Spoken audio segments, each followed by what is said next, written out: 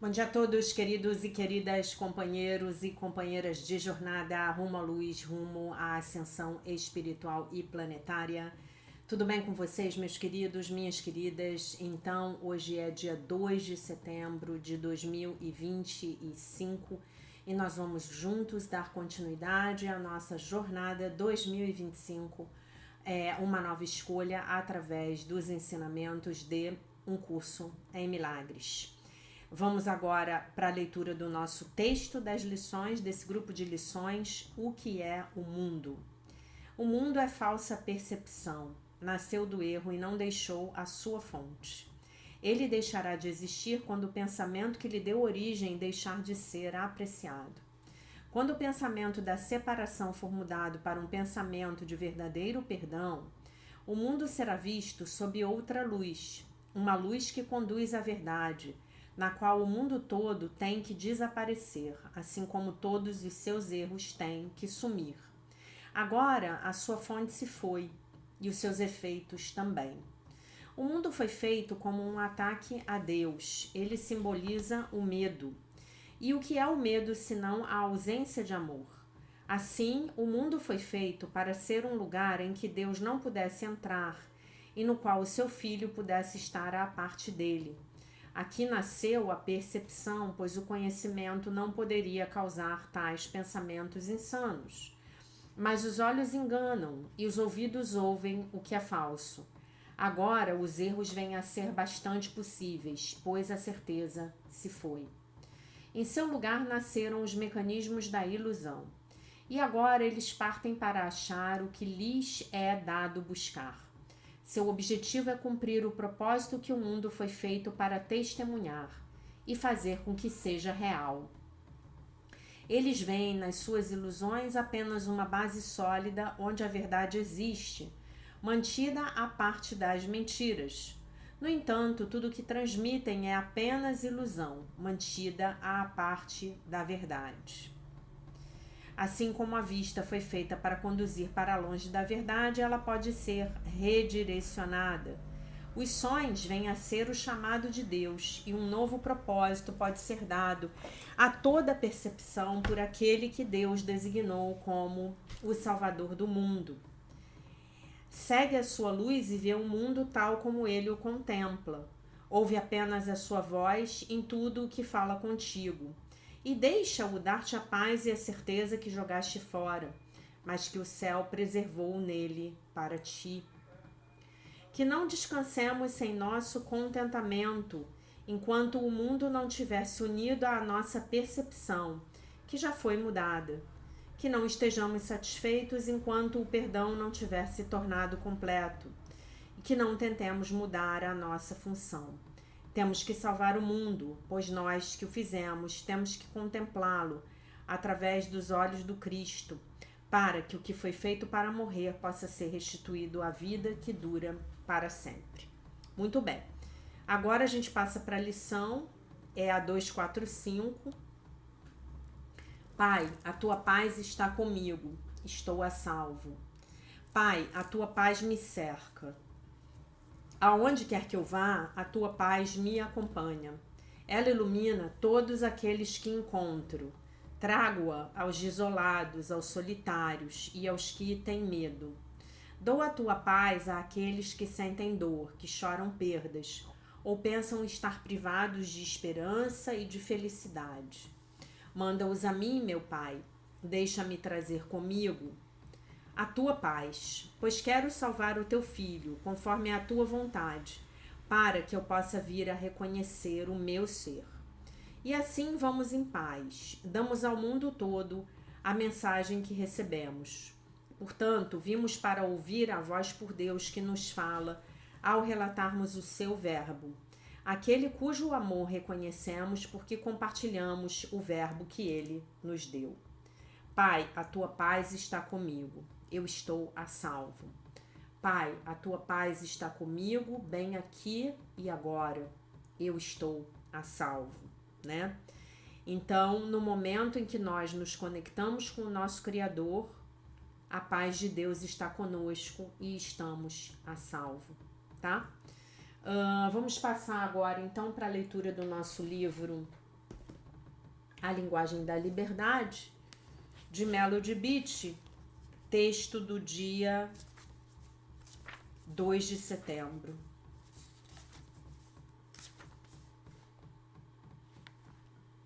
Desligando-nos dos filhos com amor. Uma coisa é desligar-me do meu marido e deixá-lo sofrer as consequências. As consequências do quê? Dos próprios atos, né? Mas como posso desligar-me dos meus filhos? Com os filhos não é diferente? Não temos responsabilidades como pais? Essa foi uma frase de uma frequentadora do grupo dos parentes e amigos dos Alcoólicos Anônimos. De Alcoólicos Anônimos, perdão. Realmente, nossas responsabilidades com os filhos são diferentes daquelas que temos com os adultos.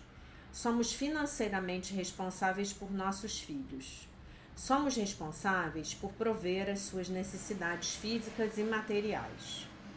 Nossos filhos precisam ser ensinados a ajudar a si mesmos, né? Eu diria que eles precisam ser ensinados a cuidar de si mesmos, desde amarrar os sapatos até fazerem planos sociais. Eles precisam do nosso amor e da nossa orientação. Precisam da observação constante dos limites, uma vez que estabelecemos esses limites.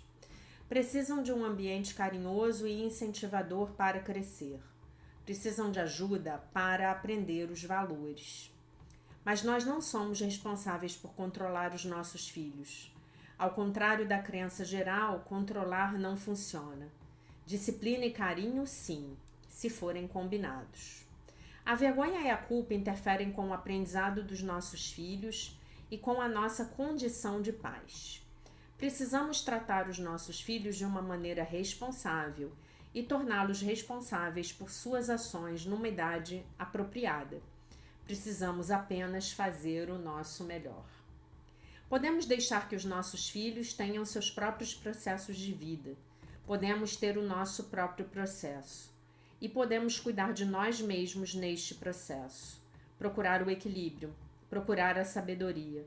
Não buscar controlar, mas sim assumir o nosso poder como pessoas que são pais. Hoje, Deus me ajude a encontrar um equilíbrio de responsabilidades para com os meus filhos.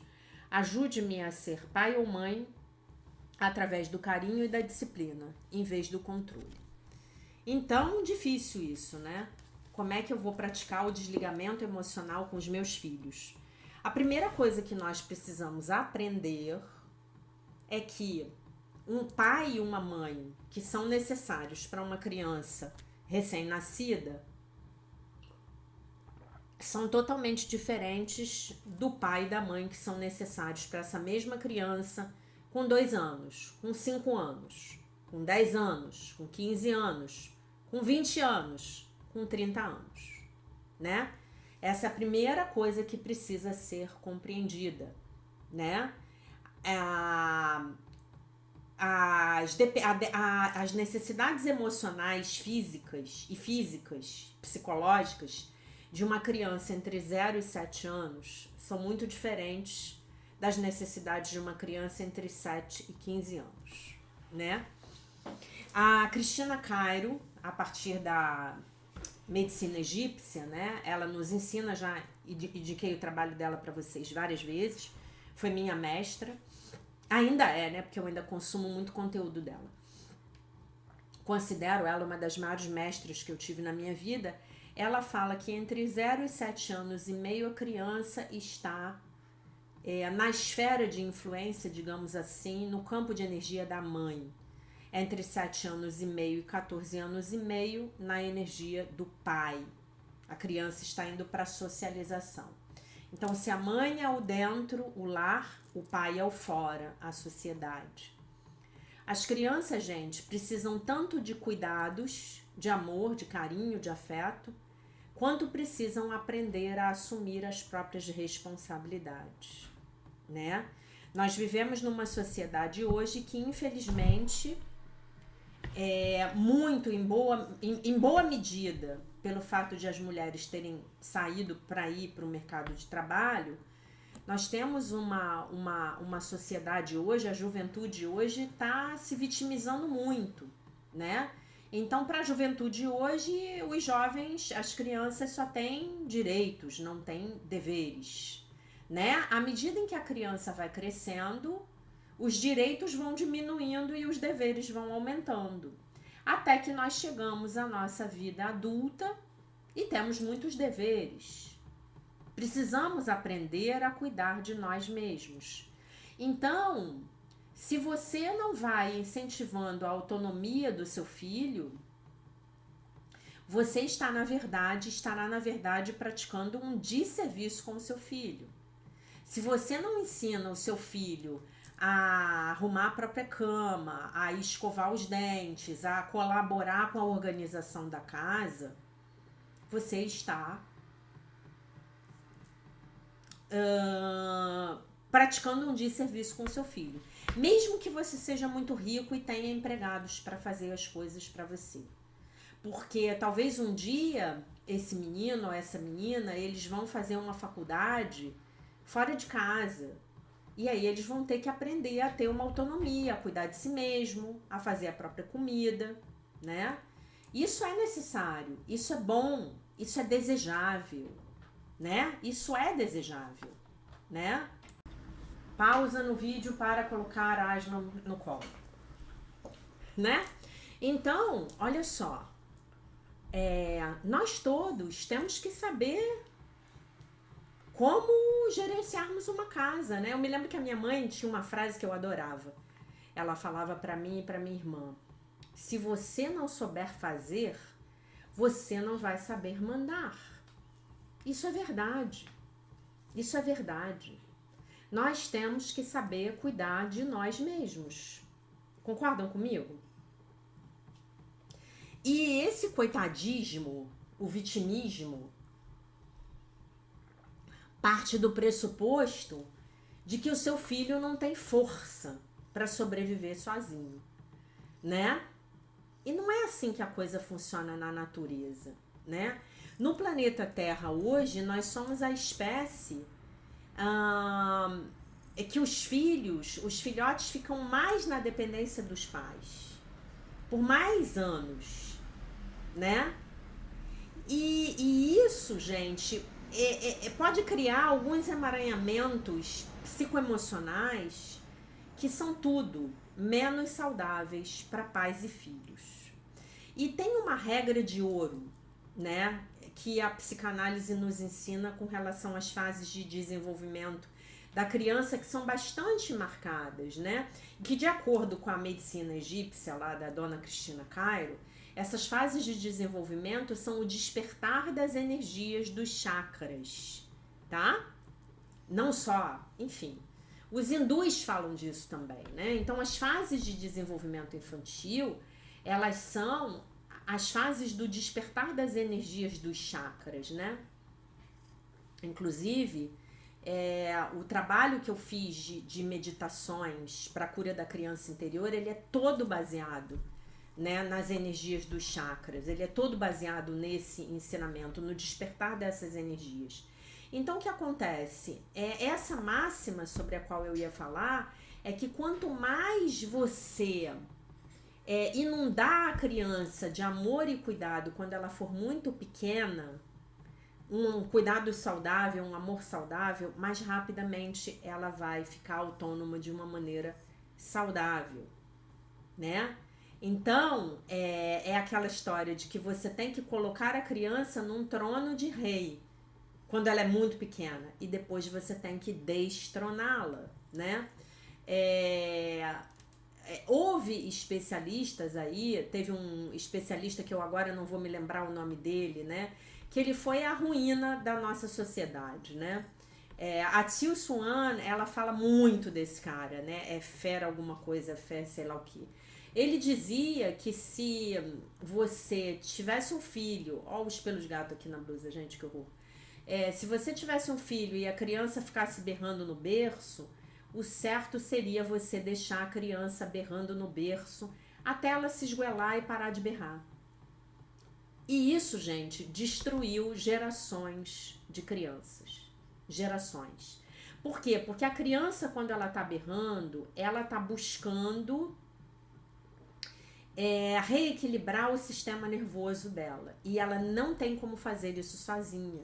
Então, quem faz isso para ela são os pais. Quando você pega uma criança, quando você coloca essa criança no seu colo, quando você consola essa criança, quando você acolhe essa criança, quando você lembra ela de que ela não está sozinha, ela rapidamente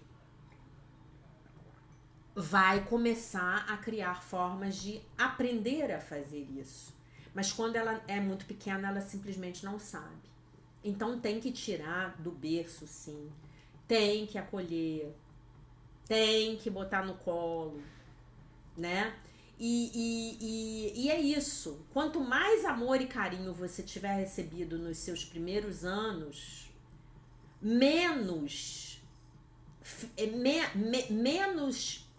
menor número de feridas você vai ter abertas na sua psique, né?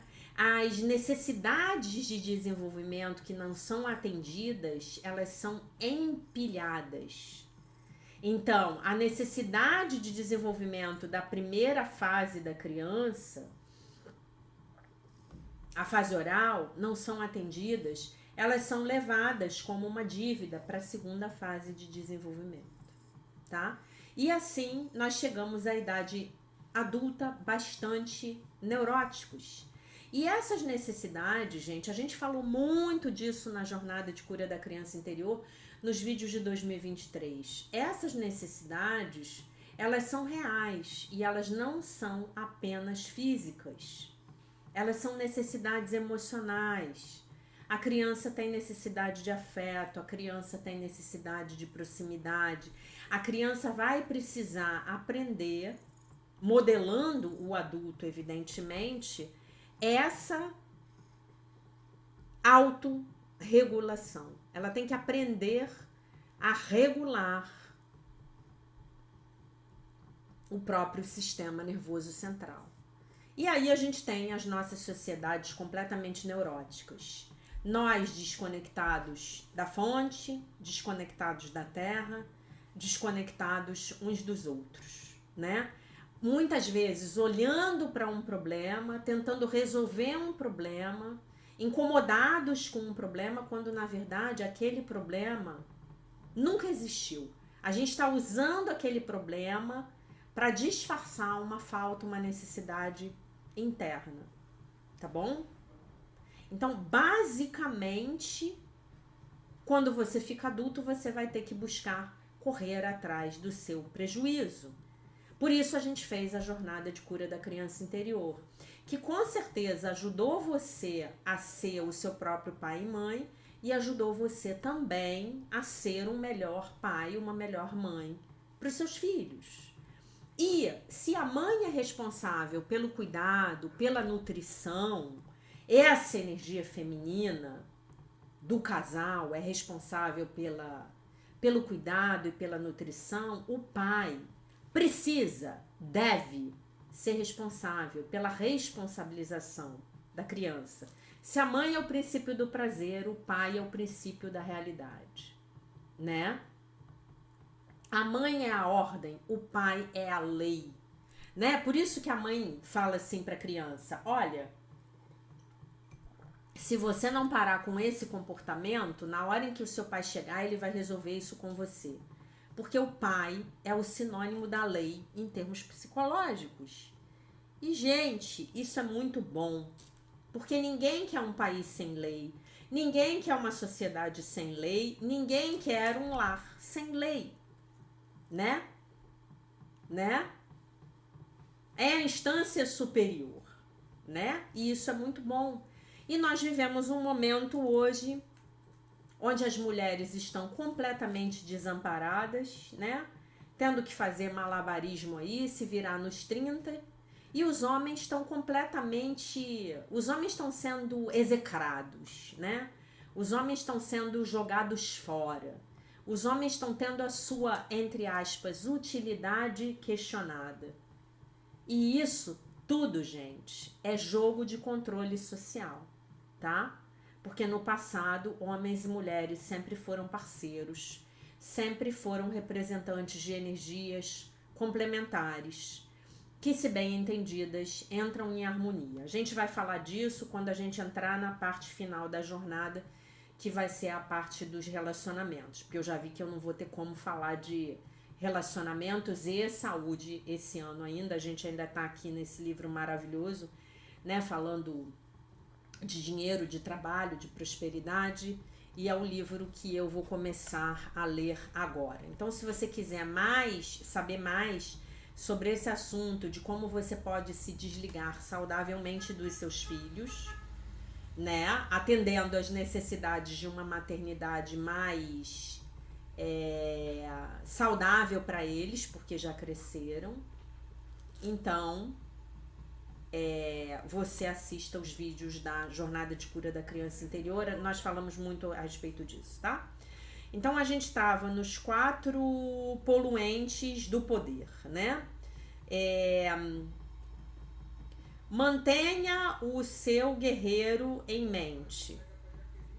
Vamos examinar agora os 4 maiores poluentes ao poder e os potentes antídotos que temos à nossa disposição, tá bom? O poluente número 1 é o perfeccionismo. Bem-vindos, virginianos. Bem-vindos, virginianos, tá bom? Virginianos, os reis do perfeccionismo.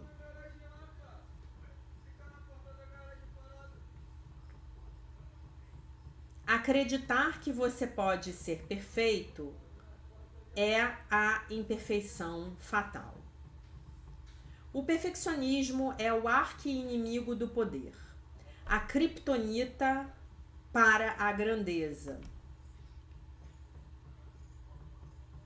O perfeccionismo é um veneno que nos desacelera ou que nos para completamente. Aqueles que têm medo de não estarem fazendo as coisas certas ou consistentemente ficam presos àquilo que poderia dar errado, encontram desculpas infinitas para não agirem, porque têm medo de serem expostos como falhos ou inadequados. O perfeccionismo inevitavelmente produz a paralisia. Para alcançar a grandeza, você deve estar disposto a agarrar oportunidades inesperadas, mergulhar no desconhecido e fazer aquilo que deixa você assustado, sem garantias de sucesso. É isso. Se a gente não mergulhar nisso, a gente não faz nada, nunca. O antídoto do guerreiro para o perfeccionismo são altas doses, grandes doses de coragem, para que você possa então se alongar, se esticar para além da sua zona de conforto e ter a disciplina de criar uma nova história, antes mesmo que você possa completamente acreditar nela. Julianne, né, uma das alunas dela, era uma dessas perfeccionistas, sempre perseguida pela ansiedade, convencida de algo como: eu vou estragar tudo, não importa o que seja que eu esteja pronta para fazer. Ela me disse: essa angústia tem sido tão constante e penetrante que eu não tinha reconhecido a profundidade dessa angústia. Mas agora que eu estou vendo essa angústia, eu então estou praticando uma nova história. O que quer que seja que eu esteja para fazer não precisa ser perfeito. E esse é um jeito muito mais fácil e muito mais alegre de seguir através da vida, seguir pela vida, né? O antídoto do guerreiro também pede por uma boa medida de autoconfiança. Uma vez eu tive um professor que definia a autoconfiança Como? Saber que você pode arrumar tudo aquilo que você tiver bagunçado. Essa simples frase me libertou para sempre da minha própria prisão de perfeccionismo, me dando, como a aluna Charlene colocou, a liberdade para ser humana, para cometer erros, para não ser perfeita, para amar a mim mesma, não importa o que acontecer. Suzanne Hanger, uma corretora de imóveis, num dado momento, descobriu que um dos seus clientes estava vendendo um edifício comercial. No passado eu teria dito a mim mesma que eu não estava qualificada para vender um edifício comercial. Melhor ficar longe disso, porque eu posso fazer uma confusão, ela me disse. Mas, em vez disso, eu ouvi: quando você estragar tudo, se você estragar tudo, você pode arrumar tudo. Eu não tinha ideia de se eu podia fazer isso ou não, mas eu decidi que eu tentaria até que eu ou vendesse o edifício ou então alguma outra pessoa vendesse o edifício. Alguns meses depois, Suzane vendeu o edifício comercial do seu cliente. E eu não fiz nenhuma bagunça, ela exclamou, porque eu descobri o segredo. Para tudo aquilo que eu não sei fazer, eu conheço exatamente quem sabe. Então eu posso simplesmente ligar para essa pessoa, chamá-la, e elas vão me dizer o que fazer, ou melhor ainda, elas vão fazer isso por mim. Então eu posso fazer qualquer coisa neste momento, né? Essa é uma das frases que eu sempre usei na minha vida profissional. E eu tinha um amigo que brigava comigo por essa frase, né? Que eu dizia sempre assim, eu sempre dizia: eu posso não saber, mas o importante não é saber, o importante é ter o telefone de quem sabe, né? Então, isso é muito importante, gente, a gente saber que a gente pode contar com as pessoas, né? Que a gente pode efetivamente, hoje em dia, fazer uma busca no Google, assistir um vídeo no YouTube, né? Enfim. Eu vou ler o poluente número 2, que é a impaciência, tá? A natureza não corre, mas mesmo assim tudo é alcançado. Frase do mestre taoísta Lao Tzu. No coração, bem no coração do sucesso sagrado, bate um senso de propósito muito bem assentado. Não há nada como uma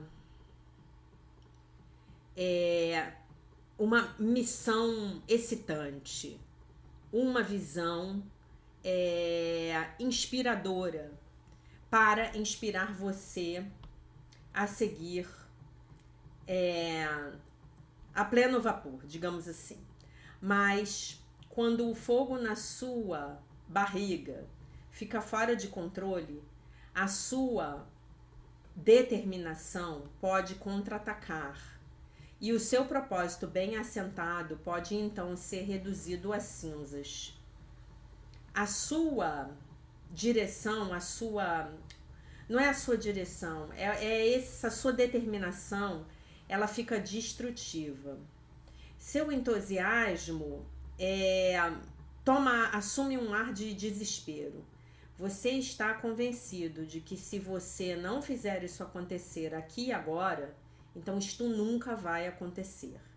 A impaciência, da mesma forma que o perfeccionismo, está baseada no medo, isto é, no seu ego.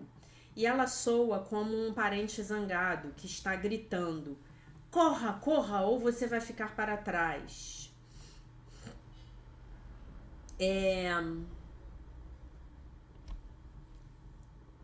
E essas ameaças falsas, elas são a garantia de... Elas são a garantia... Só um minuto aqui. De bloquear, né? Bloquear a sua criatividade, né? diluir a sua criatividade, drenar a sua energia e retardar o seu progresso. A mediocridade é sobre forçar e empurrar as coisas para que elas aconteçam. E a grandeza é sobre permitir a vida se desenrolar no seu próprio passo. A aceitação é o antídoto do guerreiro para a impaciência. Ou simplesmente, como um curso em milagres simplesmente nos aconselha: deixe que seja como é. A minha mais memorável lição sobre aceitação veio durante uma visita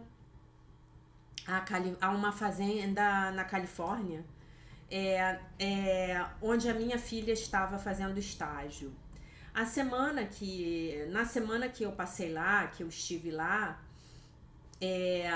as sementes na estufa estavam brotando e precisavam ser plantadas.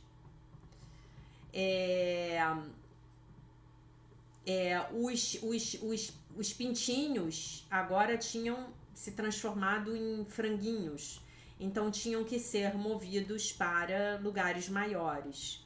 Mas a natureza tinha outros planos. Ah, meu Deus, eu tento tirar esse gato do meu colo, mas ele não deixa, né, gente? Não deixa.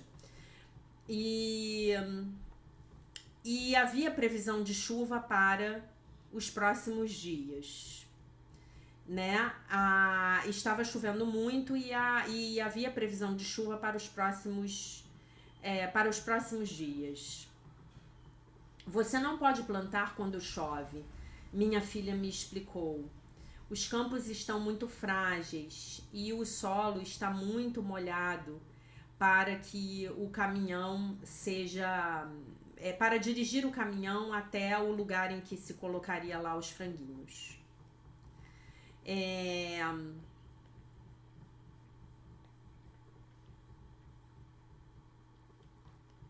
E aqui estávamos nós, prontos para fazer ambas as coisas, né? Plantar e mover os pintinhos.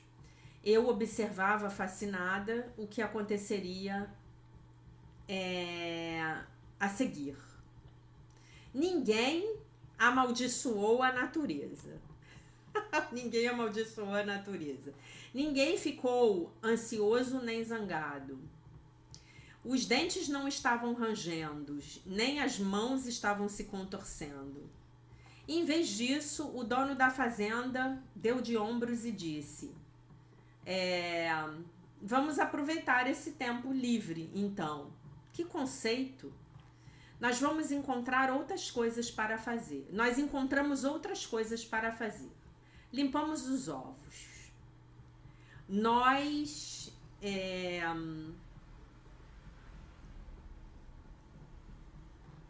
não entendi essa parte aqui, o que quer dizer. Uma mulher fez uma deliciosa torta de maçã. Um outro casal trabalhou num livro. Nós então pegamos, colhemos os vegetais, né? Então, tinham outras coisas para fazer na fazenda, né? Pegamos, né,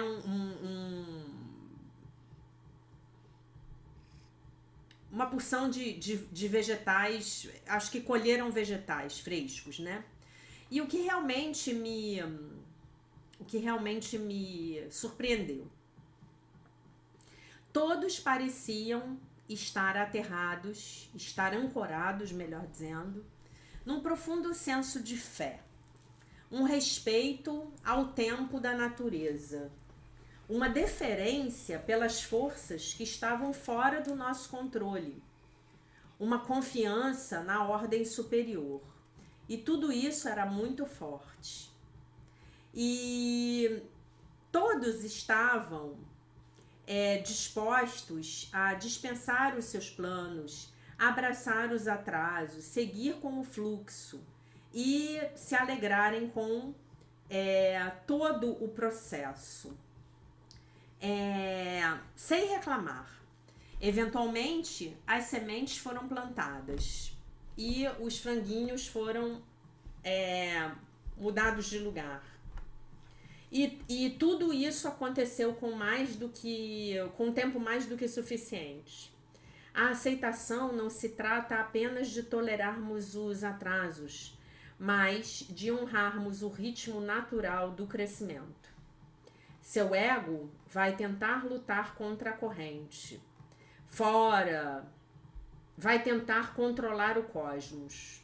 Mas a sua alma deseja que você volte para deixe ser aquilo que é. Se deliciando com esse tempo aí, né? Esse tempo de espera, né? Confiando nos resultados, mesmo quando parecer que você não está indo para lugar nenhum. Bom, né? Essas duas são bem importantes para mim. Impaciência e perfeccionismo, tá? Vamos à nossa lição. Lição 245. Pai, a tua paz está comigo. Eu estou a salvo. Pai, a tua paz está comigo. Nós estamos a salvo no dia de hoje. Nós estamos a salvo aqui e agora. Pai, a tua paz me cerca. Aonde quer que eu vá, a tua paz me acompanha. Ela ilumina todos aqueles a quem encontro. Trago-a aos isolados, aos solitários e aos que têm medo. Dou a tua paz àqueles que sentem dor, que choram perdas ou pensam estar privados de esperança e de felicidade. Manda-os a mim, meu Pai. Deixa-me trazer comigo a tua paz, pois quero salvar o teu filho conforme a tua vontade, para que eu possa vir a reconhecer o meu ser. E assim vamos em paz. Damos ao mundo todo a mensagem que recebemos. Portanto, vimos para ouvir a voz por Deus que nos fala ao relatarmos o seu verbo, aquele cujo amor reconhecemos, porque compartilhamos o verbo que ele nos deu. Pai, a tua paz está comigo, eu estou a salvo. Então, gente, é isso, né? Hoje que nós possamos cultivar a paz. A lição é perfeita para esse texto de impaciência, né? Sobre impaciência que nós lemos hoje, né? É perfeito também para o desligamento emocional dos nossos filhos, né? E se vocês pensarem em termos de impaciência e de perfeccionismo, isso também é super válido, né? Para como é que se diz? Para a criação dos filhos, né? Muitas vezes os pais acham que realmente podiam ter feito melhor. E sempre podiam, né, gente? A gente sempre poderia ter feito melhor. Sempre poderíamos. Mas a verdade é que se a gente não fez, então a gente fez o que dava para fazer, né? O deveria é o que eu falo para vocês, né? O deveria, ele tá sempre no âmbito do sistema de pensamento do ego, porque não deu, não rolou, né? Ah, mas eu tinha que ter tido essa informação quando eu estava criando os meus filhos. Mas você não tinha. Ah, mas eu tinha que ter feito diferente. Eu deveria ter sido mais amoroso. Eu deveria ter sido mais rígida. Eu deveria isso. Eu deveria aquilo. Eu deveria ter feito mais. Eu deveria ter falado menos. Eu deveria ter feito menos daquilo e mais daquilo outro, né? Então é o nosso perfeccionismo. Eu acho que ela deu uma chave muito legal pra gente hoje, né? A chave de que a gente podemos observar os ciclos da natureza, tudo tem seu tempo. E tem uma coisa, né? Quanto mais a gente quer apressar as coisas de acontecerem, mais parece que elas demoram para acontecer. E a outra coisa é que efetivamente o perfeccionismo nos paralisa. Não deixa que nós façamos algo que de repente é possível ser feito nesse momento, né? Quando eu olho para os primeiros vídeos que eu gravei nesse canal, né? Eu ainda estava tão tímida, tão dura, tão assim, né? E quando eu vejo para depois, 2 anos depois eu gravando, sei lá, vídeos de 1 hora, né? Que bom que eu comecei daquele jeito.